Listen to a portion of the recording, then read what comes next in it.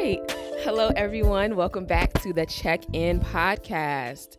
My name is Cameron, and for those of you who have not tuned in before, I usually co-host with my brother Ian, but he's not here today. But for those of you who have tuned in before, Ian will be back next week. But today, I have special guest Angelina Malcolm. Hi, guys. Now, like I said, if you've seen this podcast before, you know Angelina has been a guest on season 1. But for those of you who are new to the show and are just tuning in, I just want you guys to know that this is a show geared towards young adults. We talk about politics, sports, entertainment, pop culture, what they're talking about on Twitter, Instagram, Facebook, and just whatever else comes to our mind. And we give it to you from the perspective of us. So, like every show, I'm going to first start out by asking my guests, if you could use one word to describe your week, what word would that be?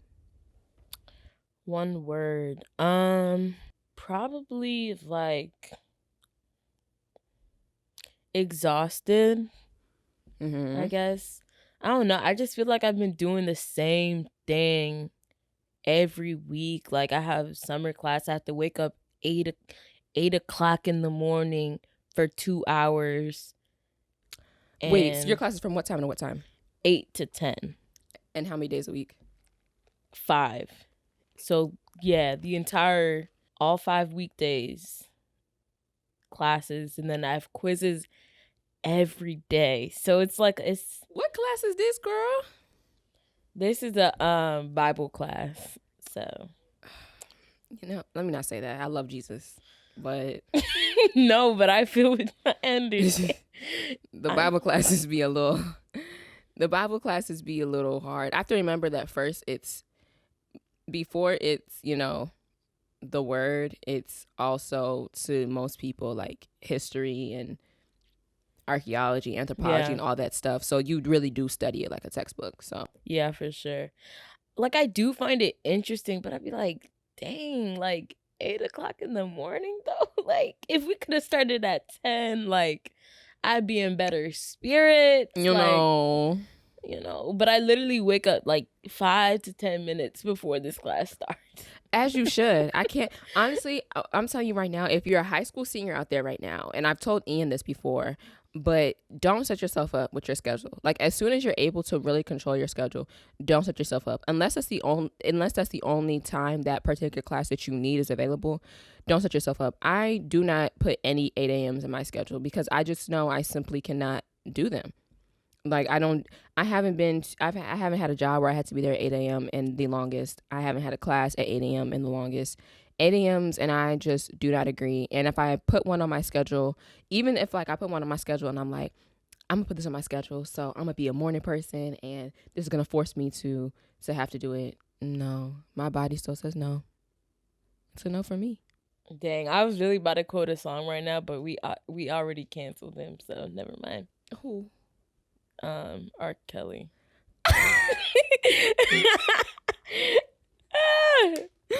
Yeah, let's not. I did not think you were gonna say R. Kelly. I was you gonna say something like Tory Lanez. I was you gonna say Doja Cat. I was you gonna say somebody.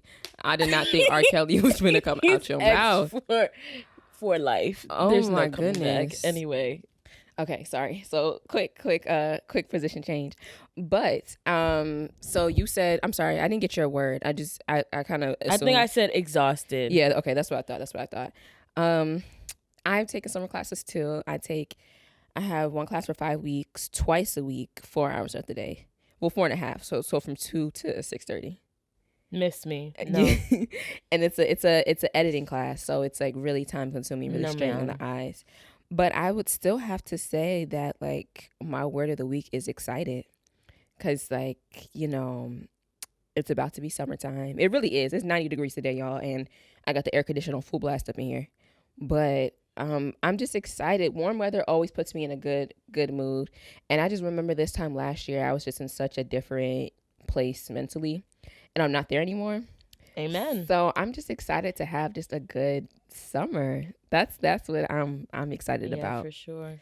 But it's basically summertime, and just in the spirit of wearing less and going out more, as Drake says, our topic today is going to be about body positivity, body dysmorphia, and all things surrounding just the body positivity movement and topic. So, the first question, I think I really want to start with body positivity because I feel like we're just moving into a direction where everybody is learning to accept themselves for how they are currently, whether you have goals or not of how you want to look. It's important about loving yourself now. And so I just want to ask you, Angelina, when did you decide that you were going to love the body you're in? Well, that for me is kind of hard because I think I've always struggled with my body and how I looked for so long. And, I still have my struggles even now. Mm-hmm. But I've become, like, I guess in the past year, I've become more like accepting of my body and just like, this is what it is. If I don't necessarily like how my body looks, Mm-hmm. then let's do something about it in a healthy way and in a positive way, not because of anybody else, but because of me and myself, and not, changing for anybody else.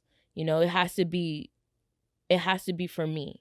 So I'm gonna ask you. So what to you is, if you could give a definition of body positivity for you, what would your definition be? Um, I think body positivity for me, like you said, like loving your body and your imperfections and just knowing that it's okay to have these imperfections, and that, societal beauty standards is not a one size fit all, Mm-hmm. and that I'm not going to subject myself to that. So I think body positivity is just loving yourself who you are, um just as a person, and not, letting anybody, you know, try to put a label on your body and, who you are. Mm-hmm. So, yeah. I agree with you. I think body positivity to me is making sure that, of course, I have goals and how I would want my body to look, but at the same time, I'm not going to hate the package that it's in anymore. And body positivity to me also looks like, okay, like you can say, Gabrielle Union said something, and she was like how being dark skinned, she doesn't hate herself, she doesn't hate like her her skin color. She has good self esteem, she loves the body that she's in, but you can't self esteem your way out of the way the world treats you. And so I think body positivity to me is easier said than done. But like to me, like I know that I don't have any, I'm working on not having any insecurities about my body, but also body positivity to me looks like creating boundaries with others. Because like, you can say you have all this confidence in the world and really truly see yourself a certain way, but then you might come out of your room and your mom might be like, that shirt's a little too tight. And it's like, well, the shirt's my size. I just have a stomach and it's not going anywhere. So it's not going anywhere today. Like, I mean, I could work on it if I want to, but you telling me something as if like as if a baggy shirt is going to make my stomach disappear. Right.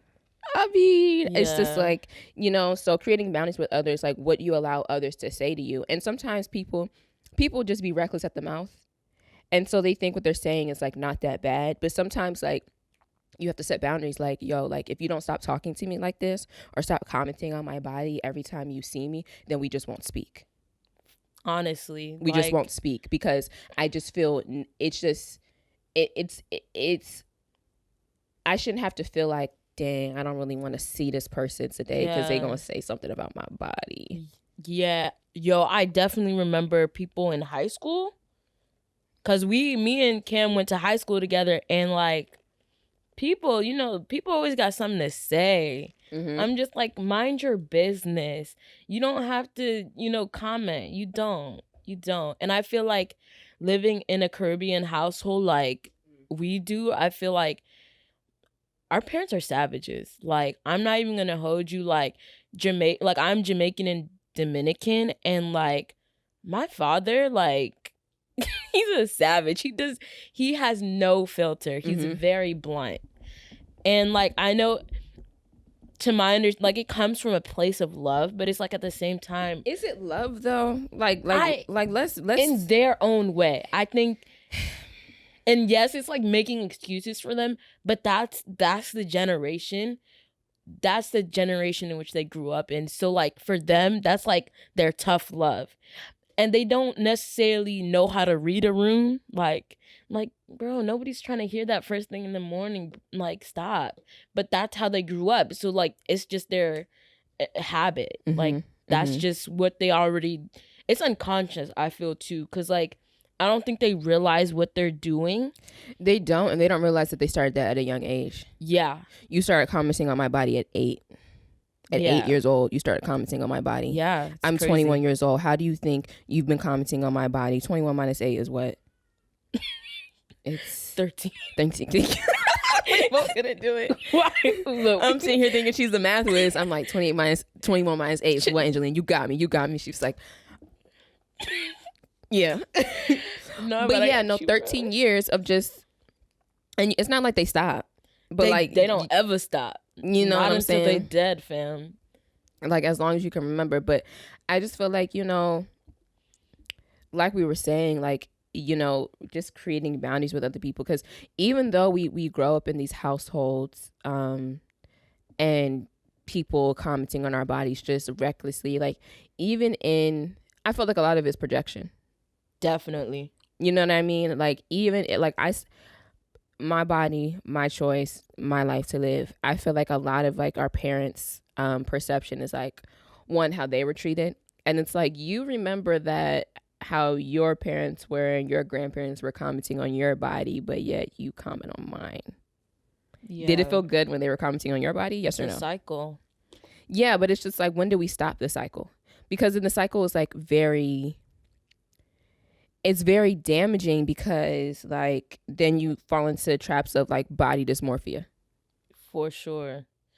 And I think what it is that generation, they're so used to like sweeping things under the rug and not really acknowledging it and like, you know, talking about it. So like for them, they're not going to be able to break it. It's us that have to break it, because, you know, we see it, we acknowledge it, and we're trying to push through it, talk about it, and things like that. That generation, they don't know how to do that, because that's not what they were taught to do. And so when you try to talk to them about it, it's like talking to a brick wall. Like, I've had so many conversations with my dad about certain things, and it's just like, I just feel kind of defeated, because he doesn't really understand and where I'm coming from. And it's kind of like talking to a brick wall. And so it's kind of just like, you kind of have to just accept that that's the way they are, and you just kind of have to create like coping mechanisms for yourself. Because like my dad is like 60 something years old. Like this man, he's not gonna change now. Yeah, you know what I mean? He's not gonna change. He's been like this his whole life. So it's like, you just kind of have to just deal with it. And it sucks to say that, but that's just reality. I've gotten to the point, like, yeah, we have coping mechanisms, but like for me personally, I would say like my main like person that's been commenting on my body is like my grandmother. And like I'll try and have conversation with her, like, hey, yo, like this like makes me feel this type of way, and it's like, you're being sensitive, or now you know I didn't mean it like that. And it's just like, okay, like what I think people don't get is that just because you might have had the right intention, but you had the wrong idea. Exactly. You know what I'm saying? Like your intention may not have been to make me feel like my body is less than anything like that, but that's what happened. And if I'm telling you that's what keeps happening when you bring up comments like this, or when you talk about like you know, a lot of it's like disguised as like, well, I just want you to be healthier. If you want me to be healthier, why don't you stop commenting about what size my pants are, what size my dresses are, how I need to wear some spandex. If you want me to be healthier, then let's talk about other things. But like coming at the appearance first just shows, like, whether you want to acknowledge it or not, it just shows that that's not really what's on the forefront of your mind. Yeah, because it really, like, in terms of, like, getting better or being healthier, it all starts in the mind. It really all starts in it's the mindset that you set for yourself is what, kind of starts off your journey in, wellness and exercising and all that stuff. So for you to be like consistently commenting, like being very negative and derogatory towards me, like that's not necessarily gonna push me. Like you have to kind of know your audience and realize like you commenting that's not what's gonna push me. It's not. And it's also like, then when you have like a goal in mind to look a certain way, first of all, like I could lose all the weight in the world, and like my body is never going to look like somebody with a different shape than me. Exactly. Like I'm gonna still have the same type of shape, but I'll just have like less weight on it. So like when you comment on people's bodies like that, like first of all of our bodies, like you said, are not one size fits all. Second of all, like, when you approach something like that, let me see if I can change so that for other people, so people can stop commenting on my body, so people can stop looking at me a certain way, so that maybe when she comes in town this time, I'll have lost 10 pounds, so she won't say anything. And sometimes I might have, but it's still something to say. I can remember not only my grandmother but my mother saying, if you just lose 10 pounds, you'll be good. And been saying that at every weight that I was. So like I'm sitting here years later, well after college, like I've lost half of the weight, but I gained like some weight in college. And I remember like sitting in my dorm room, like looking at pictures. First of all, like not realizing how big I had gotten, which it's fine. I still didn't feel ugly, but not realizing. Period. Yeah, like no, but like not realizing how big I've gotten, and then looking back at a picture I took in South Africa when we went in 2017, and when I tell you I was so tiny, like first of all, like our bodies change in general when we get older, so you're gonna pack on more weight in general. It's like I don't know if they call it grown woman weight or whatever, but like your body just starts stacking weight in a certain way. But when I looked at that picture, I was like, no. I was like, that is not me. I was like, that's me. I said in the group chat, I was like, can you guys believe I thought I was fat in this picture? And they were like, what? Why? And I was just like, right before that trip, I was going to the store trying on stuff, and my mom just kept commenting on like how things were looking and how like showing skin and stuff like that. And so I was really self-conscious going on that trip. And I was just like, but looking back at that picture, I cannot even believe that was truly what my body looked like. I was like, if only you guys could have known how I truly saw myself in that point of time. Like, that's why I'm like, that's why these conversations are important to have, because body dysmorphia is a thing. Like people's comments and stuff will really have you looking at yourself like, yeah, like you're worse off than they'll make it seem like it's such a bad thing. So bad, and it's really not that deep. Like, yeah, but for the people that don't know what body dysmorphia is, it's like, you see yourself and there's like a flaw or imperfection, and then you have to like you become obsessive. You fixate on that. And you're like trying to fix it, like work on it and things like that. And it's just, it becomes it's a disease, right? Yeah. And so that can then go into like being not anemic, anorexic and bulimic and things like that. So I think now, what do you feel like for social media? Like, do you think that social media has helped like with the body positivity movement or, body dysmorphia? Like, what do you think? I generally think it depends on who you follow. And I think like depending on who you follow, it can either increase your body dysmorphia or decrease your body dysmorphia. For sure. And when I say that, I mean like, first of all, the body positivity movement, just like the natural hair movement, has been taken over by people who are simply just curvy. They're not fat. Bro. And I understand that, because for a long time, like curves were not popular. Like, it's honestly kind of crazy seeing like, because like I have curves in a certain way, so it's honestly kind of crazy seeing like people kind of like want the kind of body that I have now, when I was 7, 8, 9, 10, it was like, you're fat.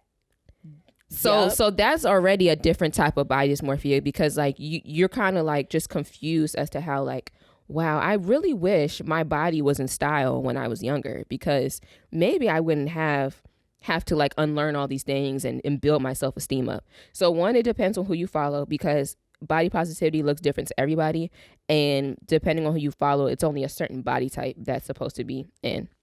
Number two, people edit the hell out of their pictures. So you already have girls who are like working out, trying to look a certain way, and it's Photoshop or it's surgery. So it's like, how do you compete with a surgeon or a software when you're in the gym all the time trying to look like something that's not even real? And then the third thing is, if you follow people who generally are of all like different sizes and practice body positivity and stuff like that, because then like you'll start seeing at least with a healthy way to love yourself out loud and online. Because you may have all these insecurities like behind closed doors, but I just feel like using your platform to make sure that people who look like you are empowered and feel good about themselves, and know like, you know, there's people who are really honest, like especially Lizzo. I love Lizzo. That's my girl. I love her so much. She's just so like, I love her personality. I love that she's honest about how she feels, because like she's a big girl, and there's no doubt that people have said terrible things about her. But I'm glad that she's honest in her journey and honest about like, hey, like, you know, I don't feel ugly, but some days I have bad days.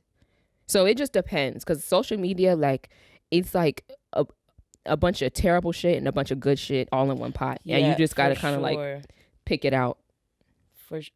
Yeah, like, dang, I lost my train of thought because I was going to say something, and then you kept going, and I was like, I'm dang sorry. it. No, you're straight. I wanted you to get your point across.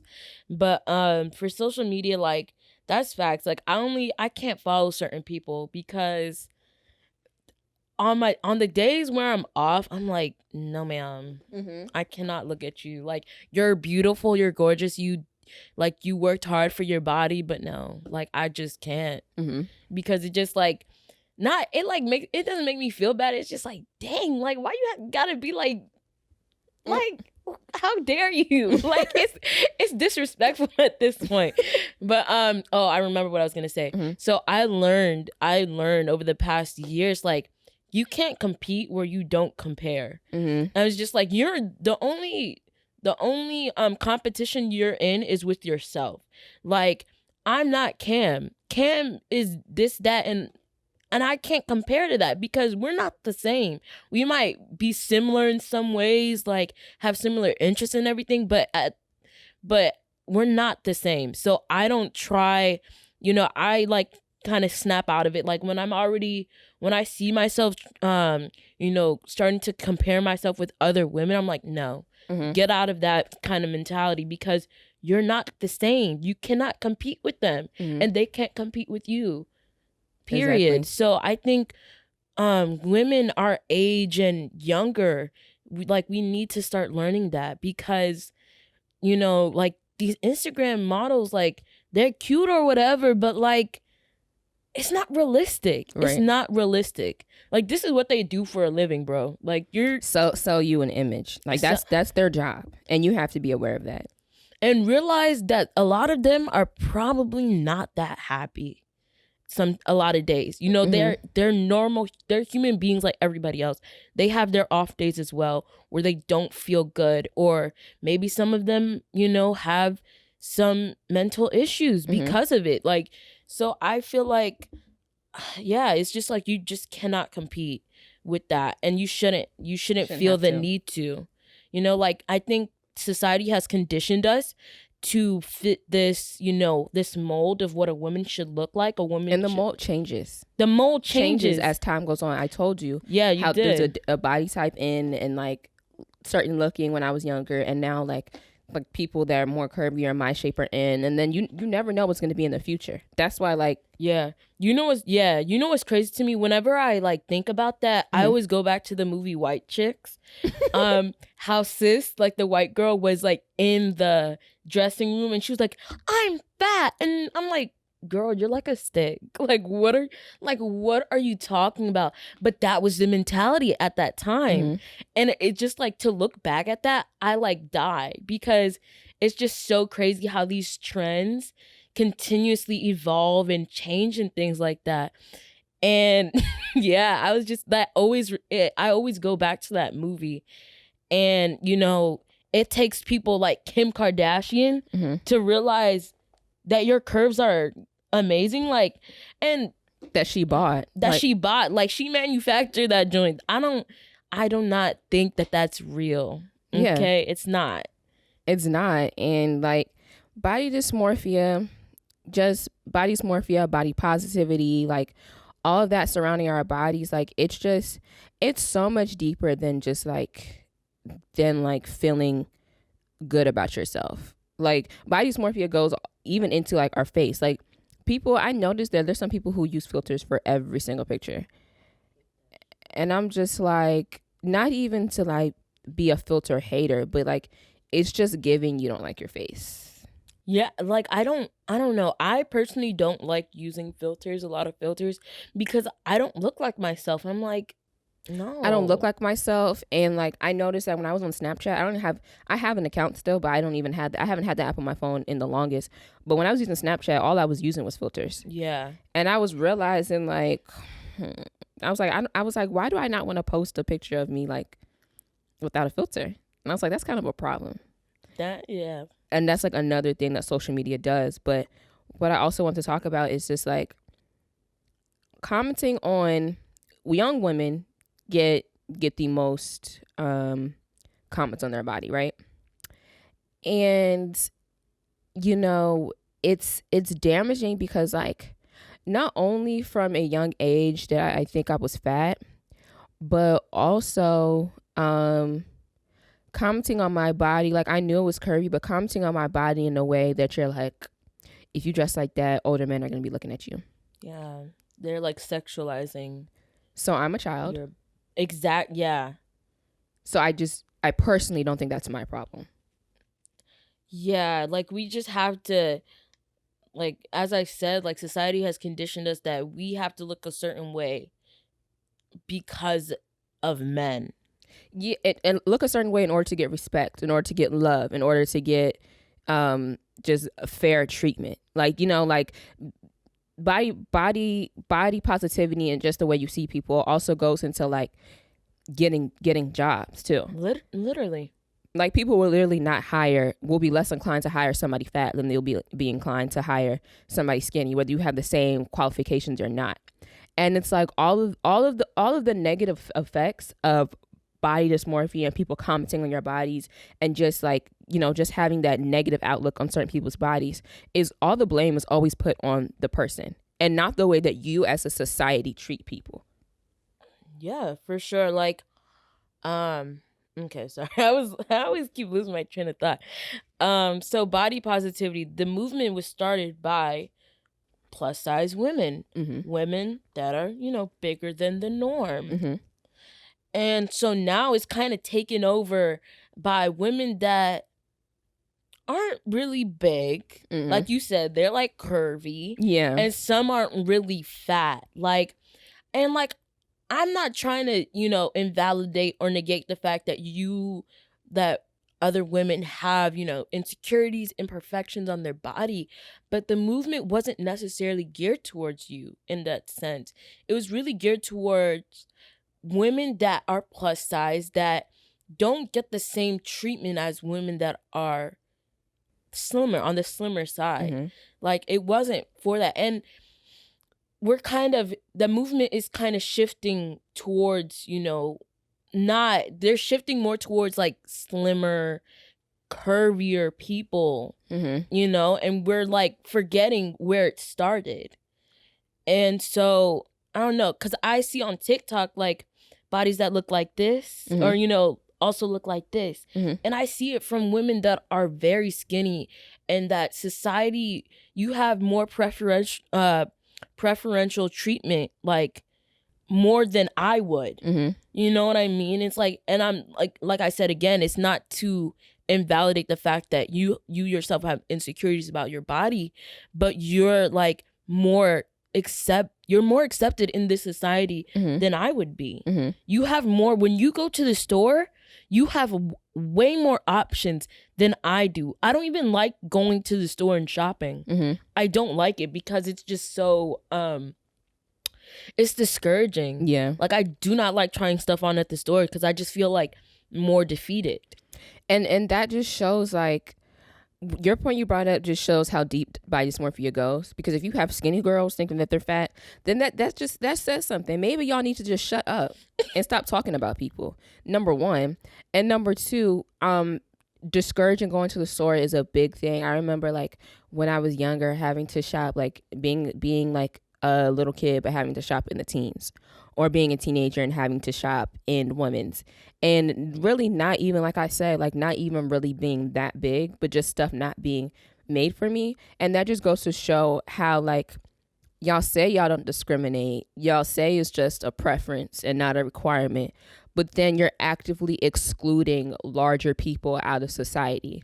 You make seats small and make, like, settings like built for certain people. You exclude them out of clothings and things like that.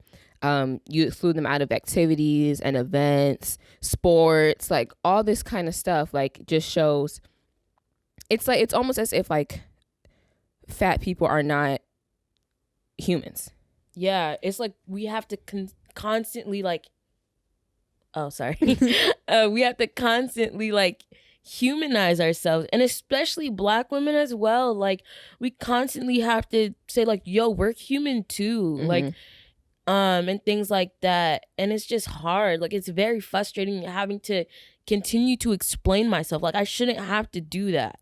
I'm a human too. Mm-hmm. Like, stop trying to dehumanize me. Exactly. I want to ask you, when did you realize that you might be looking at your body wrong? I think I've always known that, but I never, like, really came out and said it. Mm-hmm. Like, I think I've always said, like, I've always thought, like, why am I looking at my body like this? Like, why do I feel so negatively, like, when I even look at my body? Mm-hmm. Like, when people talk about, like, their body and stuff, you know? Like, I just feel like growing up, like, it was just such a big issue, and I never, like, challenged the idea. I was just thought, like, yeah, like, you're right, like, my body is, you know, so and so, and, you know, I do need to, you know, Mm-hmm. like, I never really challenged it until, like, the past year, you know. The past year for me, like, really since 2019 is when, like, I started. Like, I used to be so self-conscious about my thighs. Like, I wouldn't really wear a short that was, like, above my knee, for real. Even in, like going to, like, TA, like, I would wear shorts, but I would still feel, like, inappropriate. And I was just like, and, like, I would just think, and I would put, like, on a bigger pair of shorts, and, like, my butt was still there. And it was just like, you know, that's when I started thinking, like, you know, maybe, like, it's not me. Right. Maybe it's everybody else. Cause, like, I'm thinking about, I'm like, I can't really put it away. Right. It's not like something I could just take off and, like, you know. And so I started realizing that in high school, but I never really, in high school, I was still just trying to lose weight by the time my grandmother came back. But then, like, in 2019, and really just not seeing her in 2020, like, kind of took the pressure off. And that's when I finally started losing weight, honestly. When the pressure wasn't on me to lose weight for somebody else, I was literally just living my life and having time to dedicate to my body. Because that's the other thing. Like, we don't realize how being fat phobic is also capitalist, in the sense that, like, when are people going to have time to really work out and stuff like that, and really dedicate time to their bodies? Because people aren't cooking either because They don't have enough money to buy groceries. You know, like in order to buy groceries that don't spoil and you can feed however many people you need to feed, you know, you're going to be eating more. You're going to be eating more fast food. You're going to be eating more box dinners. So eating a healthy lifestyle is not really necessarily the most conducive thing for somebody who doesn't have time to cook. Then I'm working a 12-hour shift. I only got 12 other hours in the day to get a good night's rest and do everything else I have to do in the day. Some people are working, going to school, doing everything. So when exactly am I going to have not only time but energy to work out? Yeah. You know what I'm saying? Like, and it can all sound like excuses, but those are all things that just factor in to. It's realistic. Yeah. It's really realistic. Like, people say, oh, you just have to eat right. And like, bro, how?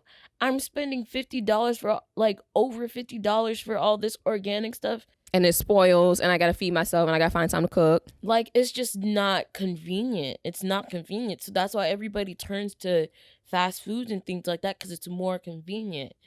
And so that's why people continue to, you know, gain more weight. Mm-hmm. And then, you know, we also have transportation. Like, you don't have to walk anywhere. You, for the most part, you just walk to your bus stop, mm-hmm. and it takes you wherever. And, you know, like, so it's like you don't have that much time to, you know, go work out, you know, do meal prepper stuff. Like, meal prep doesn't always work. It doesn't always work. Who wants to eat chicken, rice, and broccolis for dinner all 5 days of the week just because you meal prepped?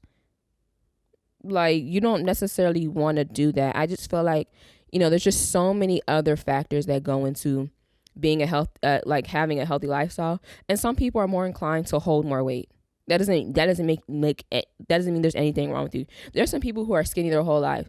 Tiana Taylor has a baby and she snaps back the day after. It's so annoying. The day after. Like, some people's bodies literally are just like that. And she don't have to work out. She can eat what she want to eat, and she'll stay like that. It's very, like, I love that for her, but at the same time, like, a big, like, bro, like, it's so annoying. People that can do that, it's so frustrating to me, because it's like so hard to like shave off the weight, mm-hmm. man. Like, I'm just like, dang, if only I had a high metabolism, mm-hmm. like, I'd be straight. So we talked about body positivity, body dysmorphia, and this is a conversation that could go on and on and on, because really what I want y'all to take away from this episode is, 1, love yourself. 2, don't repeat patterns just because that's the way you grew up. Be very conscious about that. And 3, if it's not something nice to say, don't say it at all, because you don't know how your words can impact somebody. But moving on to those are the 3 things I want you guys to take away. But sorry, with the third thing, I feel like you just need to control your delivery. Because if it's somebody close to you and you just want to give like advice, just also know your audience and just deliver it in the way that they'll understand it. Because if you do it in a different way, they're gonna react defensively, mm-hmm. and it's not the message is not gonna come across. Mm-hmm. So it's just like, know your audience, know how to talk to that person so that you get your point across and they receive it. I think that too, but I also think like we just need to just be approaching bodies, weight gain, and weight loss in a completely different way, because, you know, people see weight gain as like the worst thing in the world, but weight gain could mean you're in a great relationship, because people gain weight in relationships. Weight gain could mean you're healthier. There's so many people that I see like, oh wow, you were so skinny, and then they gain a ton of weight, but then you find out later on, yeah, when I was that skinny, I was severely depressed, or when I was that skinny, like I was anorexic, I wasn't feeling good or anything like that. So you don't really know what could be the cause of somebody's weight gain or weight loss. So what you should really do is just be quiet. Like that. Just be quiet. Because nobody asked you. Let's start there. Nobody asked you. No one asked you. And back to like setting boundaries, you know, I would hate to like not speak to certain people in my life and stuff like that. But it's like, it gets to the point where like somebody could say something about my weight and they think it's a compliment or they think it's good, and I simply just would not respond. If you're looking for a thank you, you're not getting it. If you're X them people out your circle.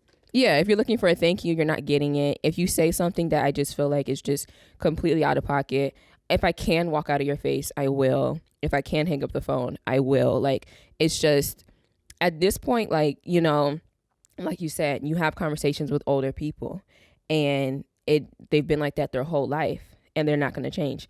I personally believe age is not a reason to not change. Like, I get what you're saying. Like, it's going to be harder. But if you want me in your life, if you want to have access to me at the capacity that you've been having access to me, then you're going to change. Or we just simply, like I said, will not speak. And I understand that, like, that can sound bad to some people or disrespectful to some people. But I just feel like our generation is really a generation about setting boundaries. Like we see a lot of times online, like, just because they're family doesn't mean you have to like them or you have to tolerate them. And that's true. I think a lot of times we think just because people are family that we shouldn't have boundaries with them. And we shouldn't like have expectations of them and how they treat us and stuff like that. But in actuality, we really should. We should always have boundaries and we should always have expectations because people need to know that, just because that's the way they are doesn't mean that you have to accept it or tolerate it. And I just think with setting boundaries, it will not only help them understand, but it will help us understand. Yeah. You know what I'm saying? So with then the last topic before we got here it's called not repeating patterns. And so I just want to know, how do you think this experience will shape the way you raise your kids? If you want to have kids. I mean, I've been thinking about it a lot. At the moment, I'm kind of just like, in the world that we're living in, do I really want to have kids? Like, do I want to bring my kids into a world where because I expect to marry a black man, but but in this world that we're living in, do I really want to give birth to children that will have essentially a target on their back when they walk out my home? No. That is scary. I have 2 older brothers. That is scary. Like, not knowing if they're going to come back home. Like, my mom is scared. Like, I don't want to live like that. So, like, I don't know if I really want to have kids. But back to your question, I think I wouldn't be as judgmental, I think. Like, if I see, like, oh, they're gaining weight, like, I don't think I would be, negatively commenting. I think what I would do is just make sure, like, they're active. And first off, I think just living a healthy lifestyle in general, I think would kind of offset, getting into, like, a lot of weight gain and stuff like that. Making sure, like, they're active, like, playing sports and things like that. Yeah, I think that's what I would do. Just already, like, instill, like, a healthy lifestyle in the home. But also, it's their choice. Like, you know what I mean? I feel you. For me, and yeah, my mom's going to watch this, but for me, I feel like I wish that I love my mother and I love my grandmother. I love them all. I love them both. But to this day, I still don't think my grandmother understands how damaging commenting on my body, especially at such a young age, really was to me. Yeah. And I don't think my mother knew, or she knew and just felt like she got through it so I can get through it. But I will say I wish my mother had protected me from some of the comments a little more. Yeah. And so with that, like I say, setting boundaries, I know for a fact with my kids, I'm setting boundaries with other people. So if I feel like my mother is starting to, because my mother acts like my grandmother and I act like my mother. And when I see my mother, your parents, you should really be learning a lot from your parents. And my mother isn't perfect, but if I see her doing something for real, it's not like I don't like you or nothing like that. It's more so, I don't like the way you did that. So I know that I'm probably going to end up acting like you, but I'm going to make sure I don't do that. Yeah. And so with my kids, I'm going to really be setting boundaries. And like when I say boundaries, like some people say that like I'm mean or a bully, which is okay, but sometimes I feel like cuz I'm so small and so short, my point don't get across unless I'm aggressive. So what I will say in raising my kids, I'm setting boundaries with any and everyone. And I don't care who you are to me. If I feel like you're saying something that's going to be damaging to my child, or if I feel like you're going to start repeating patterns that I had to go through as a kid, you're going to be quiet. And I'm going to tell you to be quiet. Period. And if you can't be quiet, you can exit. Period. Because that takes a long time to unlearn and get yourself in a place to where you love yourself. Yeah, it's mentally scarring. Mm-hmm. And it's like, you're not going to speak down on my child, period. I don't care who you are. I don't care. And all the, like, my aunties, bro, like, they're the same as my dad. Like, so it's like, no. My aunties are actually the opposite. That's interesting. My aunties, it's really like I say, like my comments on my body have come from those two people. But my aunts are more so like, they either don't comment on my body or they try to make sure like, you're not losing weight because you think you're ugly, right? So like, they're like that. My aunts are really not on both sides. They're not really. One of the first things I hear when I see my aunts is my weight. And I'm like, you know what be getting me? When other fat people got something to say. Bruh. It kills me. I'm like, I be looking like, where did that call come from? Inside the house? Because I feel like I didn't really ask for that, but if that's something you need to hear, you can tell it to yourself. Hurt people hurt people. I know. I know. It's so unfortunate, but they do. It's like, don't speak stuff on me. Speak it to yourself. Look in the mirror. Because it just sounds like you don't like yourself. It don't. I was cooling over here, and like I remember last week, my mom said something. She said, "Wow, the dress is looking good on you." Like it didn't. I remember last year when it wasn't looking too good on you. And in my head, I was like, okay, she probably meant that as a compliment. But considering I didn't think the dress looked bad on me last year, I'm going to take that as fighting words. And instead of coming back and saying something mean, I'm going to ignore it. I'm going to take the high road. Today, I go high. Most days I'll go low. But today I go high. It's so much fun being petty. Not even gonna hold you. It's so much fun, but it'd be hard to try to take the high road. Like my forever first lady say, be taking the high road. Girl, it's so much easier. Michelle, we trying, girl, but it's hard. It is. It's hard. Okay. But speaking of taking the high road, and the last question I'm gonna ask you before we go is, what will conversations surrounding your body and just speaking to yourself, what would those look like in the future? Conversations with my body? Yeah, conversations about your body and with yourself about your body. Like how will that look like for you in the future? I think just be patient. Mm-hmm. Just patience with my body. Like, obviously, like the wellness journey isn't gonna happen overnight. It takes time. So it's just like, accepting how your body is and just being okay with that, and just, constantly improving on yourself. And it's okay to have off days.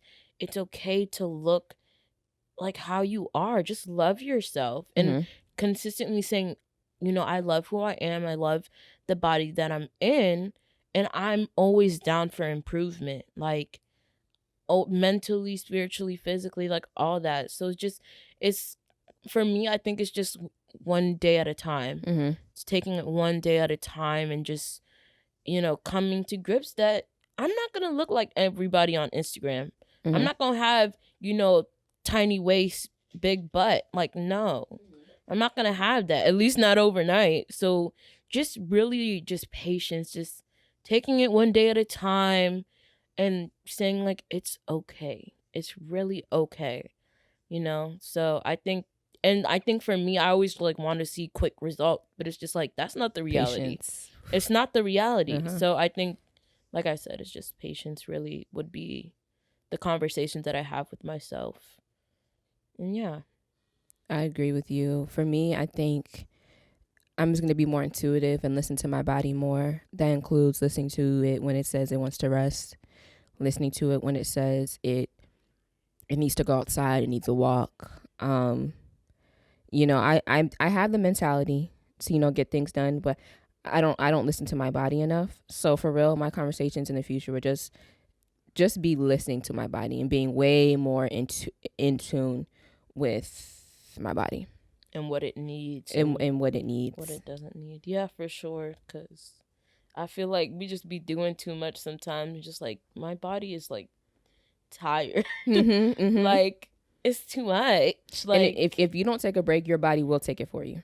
It will drop. Facts. Drop. So, but yeah, this was a good conversation. This was like we could literally go on and on, because I definitely have these conversations with people all the time, and I'm very much like, I love learning more about like body positivity and, you know, beauty standards. Like I'm very much into that stuff, and knowing that you're not alone. Yeah. That's very good. I love you, bro. Give me a hug. I'm so happy we did this. I'm so happy we did this for those that can't hear me. Yes. If you've made it this far in the episode, thank you so much for tuning into the Check-In podcast. If you like today's conversation, go catch up on some old episodes. We have conversations about real things and real stuff all the time. And like I said, if you like this episode, please follow us on Instagram and Twitter at the Check-In Pod 1, and subscribe to our YouTube channel. And as always, there's a playlist for you guys below. This week's playlist was collaborative, and is going to stay collaborative. So that means that if you have a link to the playlist, you can add whatever song makes you feel good about yourself. So like I said, this is the Check-In podcast with my guest, Angelina Malcolm, today on talking about body positivity and body dysmorphia in the spirit of wearing less and going out more. If you leave here with anything today, it's love yourself, love your body, and it's summertime. So feel confident, show some skin, and let's pop out. And haters, go somewhere. We don't want you. X all them haters out your circle, because protect your peace, all right? Protect it at all costs. You heard it from Angelina. Remember to lead with light and lead with love. We'll see you guys next week. Bye.